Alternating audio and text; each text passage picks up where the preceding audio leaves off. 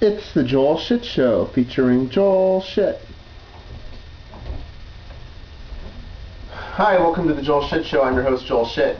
So yesterday, I found out that Upper Deck is lifting their ban on, well, I don't know exactly that it's a ban, but their brick-and-mortar policy is history. So for the past, I don't know, when did Parkhurst come out last season? June? It came out pretty late in the season.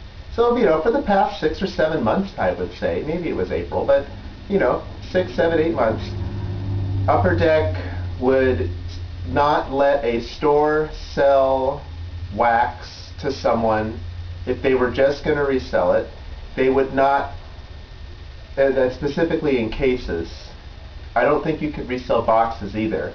And if you bought from Upper Deck, you could not have more than half of your business be over the internet. You had to have a brick-and-mortar store, which is why it was a brick-and-mortar policy. And a lot of people didn't like that, and a lot of people thought it sucked. And I was one of them, and I thought it was kind of backward considering, well, we're already past the internet age, we've been in the internet age. So to make this decision now, it's not even draconian, it's just stupid. And, Upper Deck got a lot of feedback on it. A friend of mine wasn't allowed to buy Upper Deck anymore because he sold me a case, and I sold the boxes to people. Actually, I sold the cases to people because I didn't want them after I said I'd buy them. I bought them as a favor.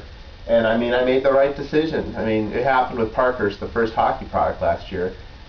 I paid $11 and I sold them for $1,000 and for $800. And now I can buy a case for $670 or $650 or $700 or something. But the point is, I knew it was going to go down because even though it was a good product, nobody cared and they made too much of it. Just like everything else Upper Deck does. Nobody cares and they make too much of it.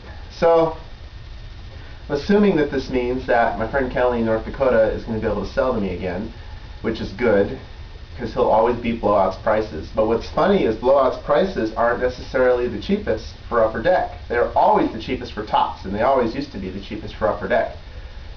They're always the cheapest for Daughters Do Everything. Blowout is one of the cheapest places, and you can count on them. But for Upper Deck, because they weren't able to go direct, their prices had gone up. Maybe now they'll go back down again, but I've been buying from Bruce Harris in Atlanta, Georgia.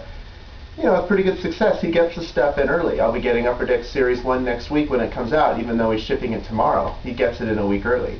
That's all the time we have for today. Visit us on the web at joelshitshow.com. Email joel@joelshitshow.com.